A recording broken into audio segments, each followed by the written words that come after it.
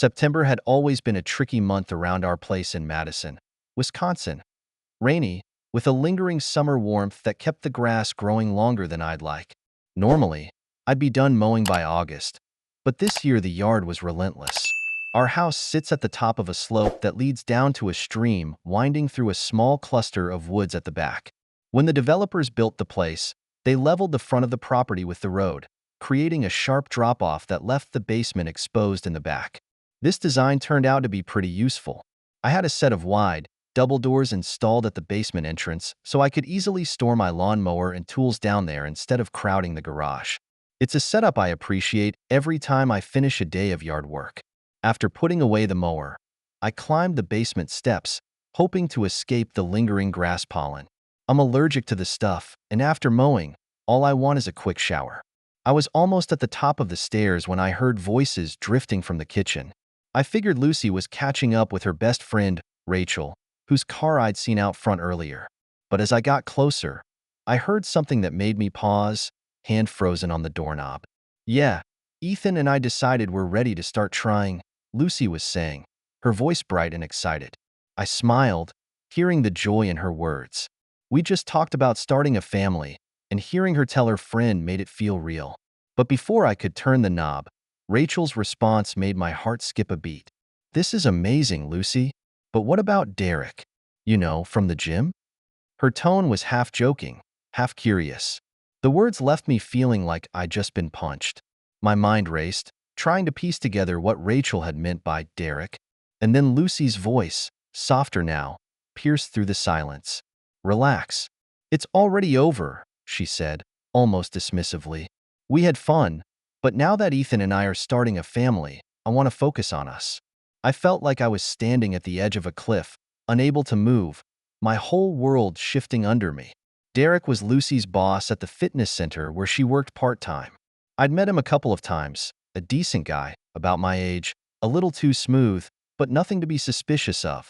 But here was Lucy, telling her friend she'd ended something between them, something that I hadn't had a clue about. Rachel pressed on. "Come on, Lucy. Can you really just stop cold turkey? You've been going on about him for months." Lucy giggled softly. "It's fine. Derek was fun, but that's all it was. Besides, Ethan and I have big plans now." I don't know what possessed me to keep listening, but I just stood there, numb.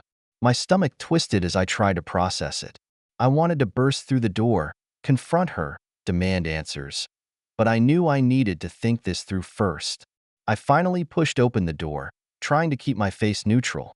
Lucy and Rachel looked up, momentarily startled. Lucy recovered quickly and smiled at me. "Hey, hon, you done with the lawn?" "Yeah," I said, my voice sounding strange even to my own ears. I could feel the sting in my eyes, no doubt from my allergies. I muttered something about heading up to shower and escaped to the bathroom, my mind spinning. Once I'd locked the bathroom door, I sank onto the edge of the tub, trying to calm myself down. How had I missed this? Lucy and I had been together since college.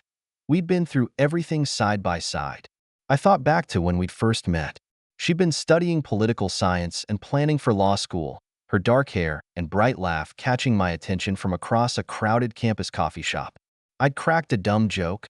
She'd laughed that big laugh of hers, and from that moment on, I was hooked. The rest of college, we'd been inseparable. We'd even survived moving in together our senior year, despite our parents' initial resistance. After we graduated, I landed a solid accounting job at a firm in Milwaukee, working my way up as an auditor. Lucy got accepted into law school at Madison, and we made it work, even when the distance was tough. When she graduated, she joined the DA's office back here in town, and we bought this house together. We had plans, big ones, and now we'd finally decided to try for a family. But the conversation I just overheard left me questioning everything. Was this a one-time thing? A mistake she regretted? Or something deeper? That night, I lay awake, staring at the ceiling, trying to figure out what to do. Lucy and I had talked about trust, about honesty, about building a life together. But this revelation had blown all of that apart. I couldn't ignore it, but I wasn't ready to confront her without some proof, some way to make sense of what I'd heard. I needed time to think, to gather my thoughts, and if necessary, to find out if there was more to Lucy's secret. The next morning, I left the house early, claiming I had an early meeting. I couldn't bear to face Lucy without my emotions spilling over. I'd barely slept, my mind replaying her conversation with Rachel. Every time I closed my eyes, I saw Lucy laughing with Derek, sneaking around behind my back, making a fool out of me. At work, I tried to focus, but part of my mind was stuck in a loop. I needed to understand what was happening in my own home. Was Lucy's affair really over, like she'd said? Or was this just a pause before things picked up again? I wanted to believe she was being truthful about ending it, but after what I'd overheard, trust didn't come easily. By noon, I couldn't take it anymore. As an auditor, I was trained to dig for details, to piece together numbers and find hidden truths. This time, though, I wasn't hunting down corporate fraud. I was trying to untangle my own life. I needed evidence, something solid before I confronted her. I spent the next few days in a strange, detached state, barely able to focus on work, but putting on a good enough front that no one noticed anything wrong. When I got home each night, Lucy was cheerful, even affectionate, talking about her day, asking about mine. On the outside, we probably looked like a perfect couple, but on the inside, I was unraveling, holding back from her, trying to figure out if the life we'd built together was a lie. On Thursday, my opportunity finally came. Lucy was at work, and I knew she'd be in court all day. I decided to check her laptop for anything suspicious. She'd left it in the home office, unlocked. My hands shook a little as I opened her email, feeling like a stranger in my own marriage. But as I scanned through her inbox, there was nothing out of the ordinary.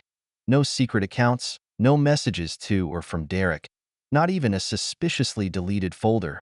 I felt a strange mix of relief and frustration. Maybe she had ended things like she'd said.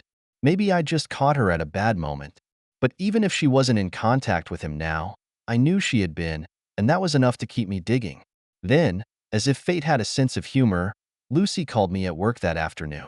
She said we'd been invited to a party at her boss's house on Friday night, an announcement party for Derek's upcoming run for local office. Of course, I thought bitterly. It made sense. Derek was always ambitious, a smooth-talking guy who could make himself look good in any crowd. I forced myself to keep calm and agreed to go. I figured it would give me a chance to observe, to see if there were any lingering looks, subtle gestures, anything that could give me insight into their relationship. On Friday night, we arrived at Derek's house just in time to see him start his big announcement. The place was impressive, a sprawling suburban property with a yard so perfectly landscaped it looked like it belonged on the cover of a magazine. A tent had been set up in the backyard for the occasion, packed with guests, many of whom were colleagues from the DA's office and a few familiar faces from the community.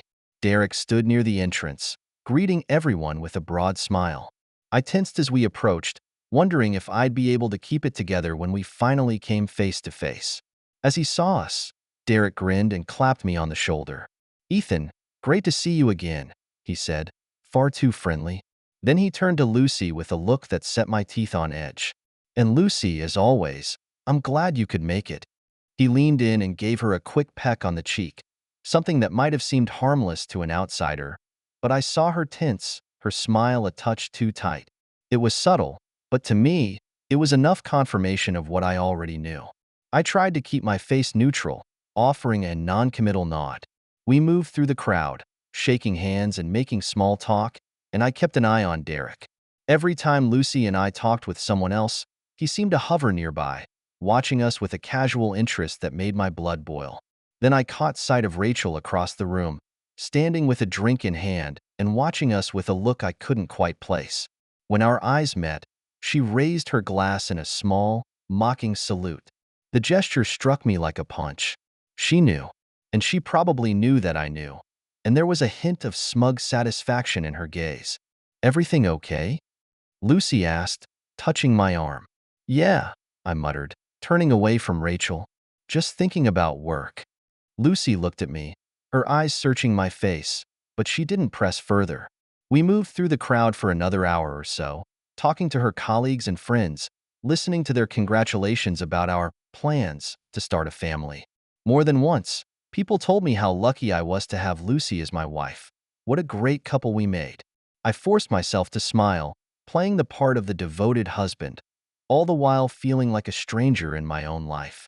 Finally, Derek took the stage to make his announcement. He launched into a speech about his commitment to the community, his plans for the future, and his passion for serving the people. Lucy looked up at him with an expression that seemed admiring, maybe even proud. I swallowed the bitterness rising in my throat. If she admired him so much, why had she stayed with me? Why drag me along? The rest of the night was a blur. I nodded, smiled, and said all the right things, but my mind was spinning, trying to make sense of everything. By the time we left, I felt like I was on autopilot, every instinct telling me to confront Lucy, to demand answers, but my rational side kept holding me back. If I confronted her here, without proof, she'd just deny it, and I'd be left looking like a paranoid fool. Back at home, I couldn't sleep. Lucy fell asleep almost immediately, her breathing soft and steady, oblivious to the storm raging in my mind. I lay there, staring at the ceiling, feeling trapped in my own home, my own marriage. I'd never felt so alone, so betrayed. I needed a plan, something to protect myself, to make sense of the mess my life had become. But I didn't know how to move forward. How do you pick up the pieces when everything you thought you knew has been turned upside down? How do you confront someone you love when you're terrified of the answers they might give? I finally drifted off as the first light of dawn crept through the window, my mind exhausted but still restless. One thing was clear. I couldn't keep pretending. I needed to find out the truth, no matter the cost. Over the next few days, I kept myself busy. Work was a welcome distraction, giving me something to focus on that didn't involve the painful, tangled mess at home. But even as I tried to stay in the moment, my mind kept wandering back to Lucy, to the things I couldn't ignore, and to the questions that haunted me every night. Then, 3 days after the party, Lucy mentioned that she'd be out late, saying she had to prepare for an upcoming trial. I wanted to believe her, but a part of me suspected it was an excuse. My stomach knotted at the thought. I had no evidence, only instinct and that overheard conversation, but if she was lying now, I had to know. That evening, I told her I'd be working late myself. As soon as she left, I decided to follow her. I wasn't proud of it, but I needed answers. Lucy's car led me across town, down familiar streets, until she pulled up to a modest bar on the edge of town. I parked a block away, my heart hammering as I watched her enter. She was wearing a crisp suit, professional, composed, the image of a woman preparing for work. But something about her movements felt different, a little too purposeful, too deliberate. A few minutes later, Derek arrived. My heart sank as I watched him stroll into the bar, all easy confidence. He glanced around, looking every bit the smug politician he aspired to be, before heading inside. My hands clenched the steering wheel so hard my knuckles turned white. I felt a flash of anger, followed by a surge of humiliation. There was no mistaking it now. She'd lied to me, lied to my face, and here she was, meeting Derek as if I didn't even exist. I sat there, stunned, watching through the windows as they settled into a booth near the back. They leaned in close, talking in low voices. From where I was parked, I couldn't see much, but I didn't need to. I'd seen enough.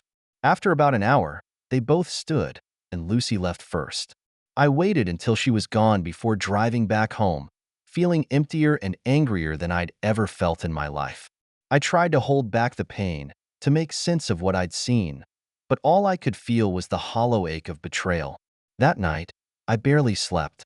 Every time I closed my eyes, I pictured them together, her smiling at him, the way she used to smile at me. I kept asking myself why she'd done it, why she'd risked everything we'd built, and for what? Some thrill? Some ego boost? I couldn't shake the feeling of being taken for a fool. I was angry, but I was also determined. I wasn't going to let her walk all over me. If this was really happening, if my marriage was just a facade, then I needed to protect myself. I knew what I had to do. I had to gather proof. Only then could I confront her, armed with the truth she couldn't deny. The next morning, I started making calls. I reached out to an old college friend, Jake, who worked in private investigations. I hadn't spoken to him in years, but he'd always been good at his job, and I knew he could help me get what I needed. Hey, Jake, it's Ethan Gray, I said, trying to keep my voice steady.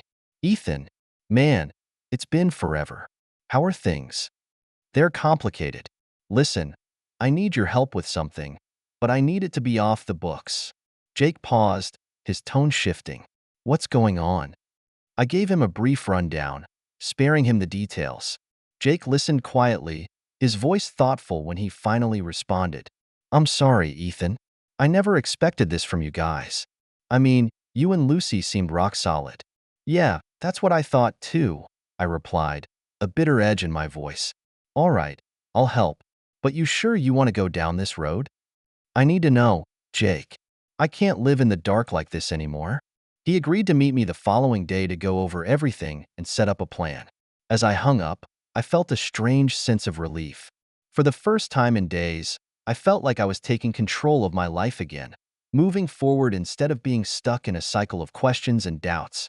Over the next week, Jake and his team gathered information. He sent me periodic updates, confirming what I already feared.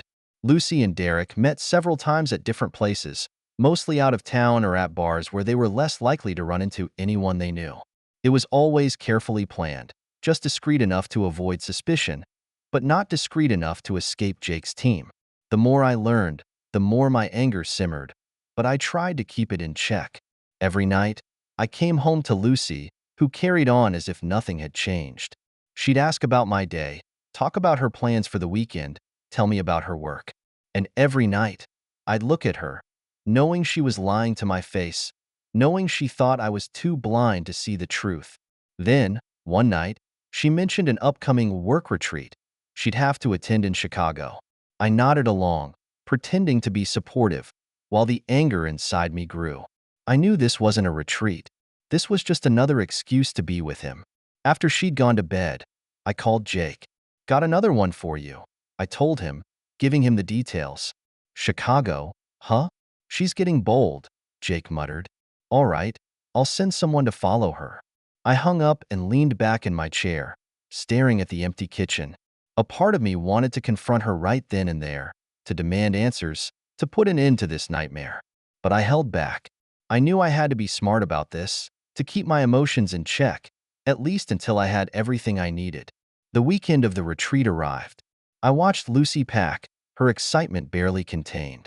She kissed me goodbye, told me she'd call when she got there, and promised to miss me. I stood at the door, watching her drive away, feeling a strange mix of sadness and anger as her car disappeared down the street. As soon as she was out of sight, I grabbed my own bag, already packed and ready.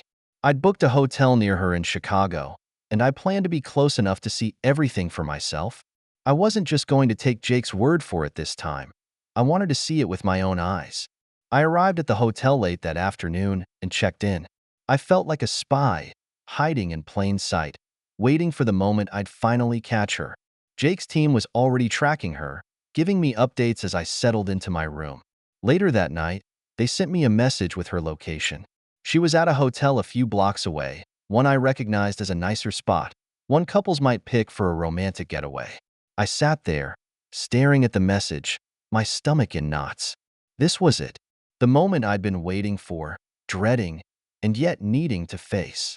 I threw on a jacket and made my way to her hotel, my heart pounding with every step. I didn't know what I'd do when I got there, but I couldn't stay away. I needed to see it, to witness the truth that had been lurking in the shadows of my life. When I arrived, I saw her car in the parking lot. Jake's team had sent me her room number, and as I rode the elevator up, I felt a strange sense of calm wash over me. I didn't know if it was resignation or acceptance, but whatever it was, it steadied me. I found her room and stood outside, listening. Through the door, I could hear faint laughter, voices low and intimate. My hands shook, but I didn't back away. I stayed there, my heart breaking, knowing that after tonight, there would be no going back. After a few minutes, I turned and walked away, feeling empty but resolute. This was over. Lucy had made her choice, and I had finally seen it with my own eyes. I drove back to my hotel in silence, my mind blank as I tried to process everything. Seeing her with him had extinguished any hope I had left. Any part of me that wanted to believe it was a mistake that she might come clean or realize what she was throwing away, was gone. The next morning, I met up with Jake to go over the details of our plan.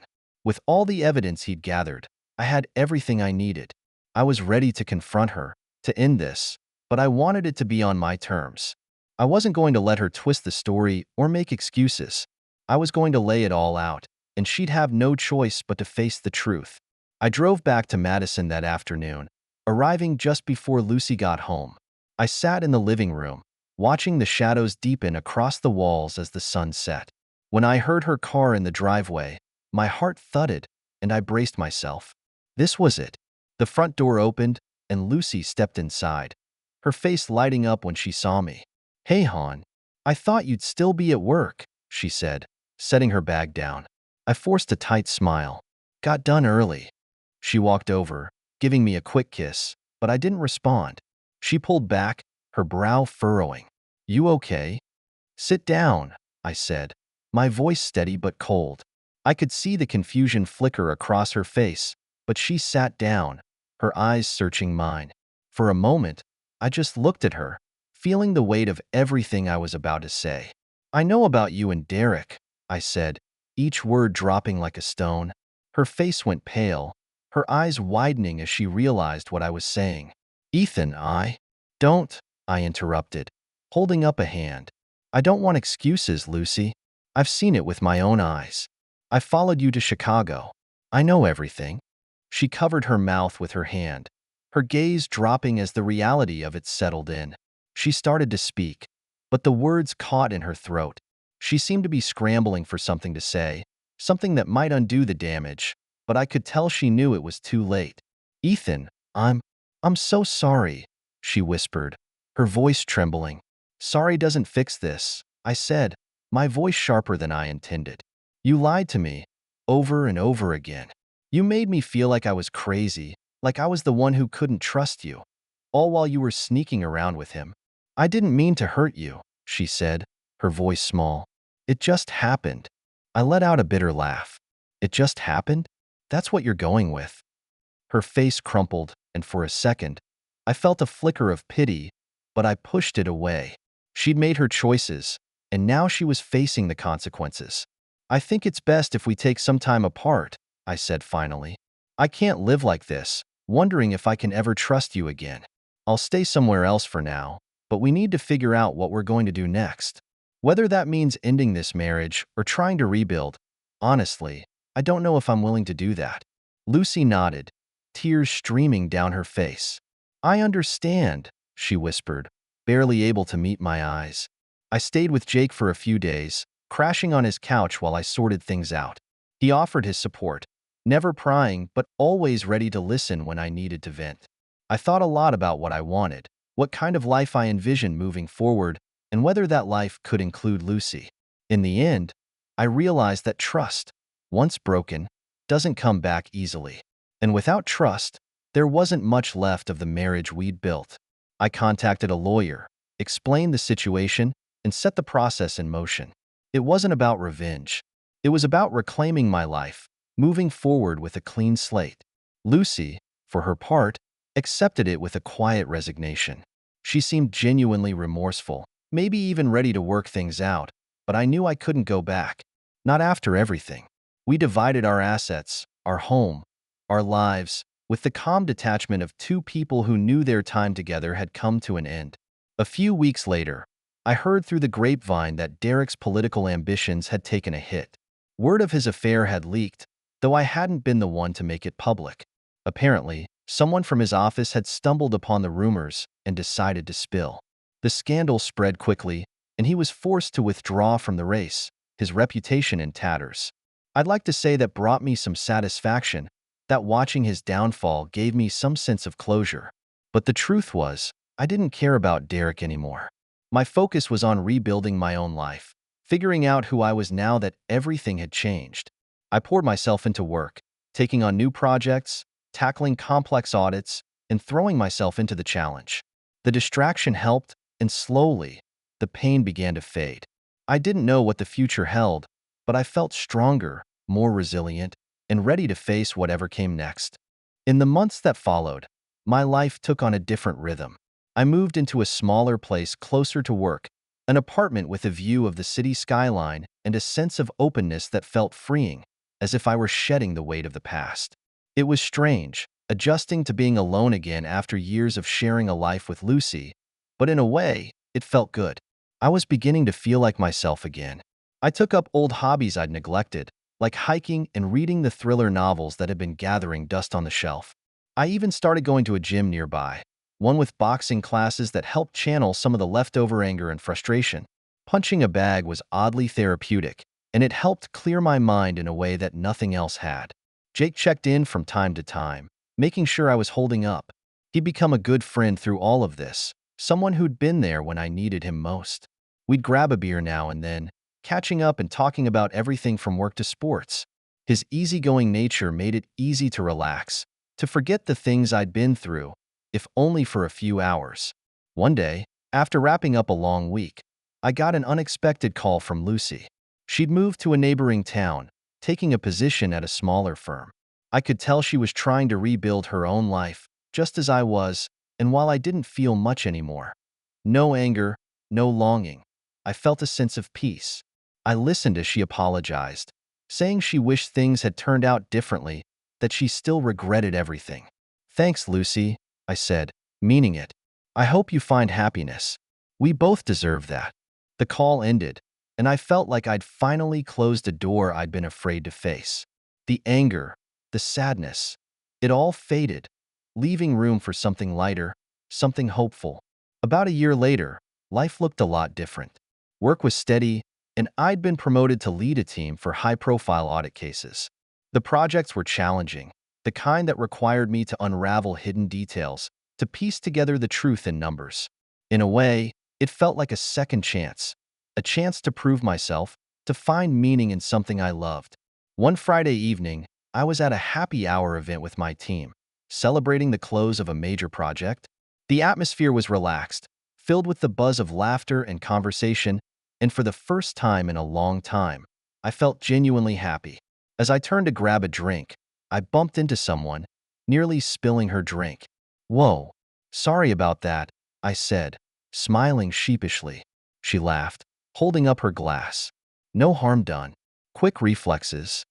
Her name was Jenna. She had a quick wit, a warm smile, and a kindness in her eyes that put me at ease. We struck up a conversation, and before I knew it, we were talking about everything from favorite movies to travel dreams. She was easy to talk to, and there was an honesty in her that felt refreshing. Over the next few weeks, we met for coffee, went hiking together, and bonded over shared interests. Jenna wasn't like anyone I'd met before. She was driven, funny, and, most importantly, she valued honesty above all else. She'd been through her own struggles, she told me, and understood the importance of trust. We took things slow, both of us cautious but open to the idea of starting something new. For the first time since everything with Lucy, I felt a glimmer of hope.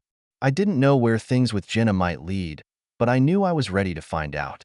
Life, with all its twists and turns, had brought me to a place of strength and resilience, and I was finally ready to embrace it.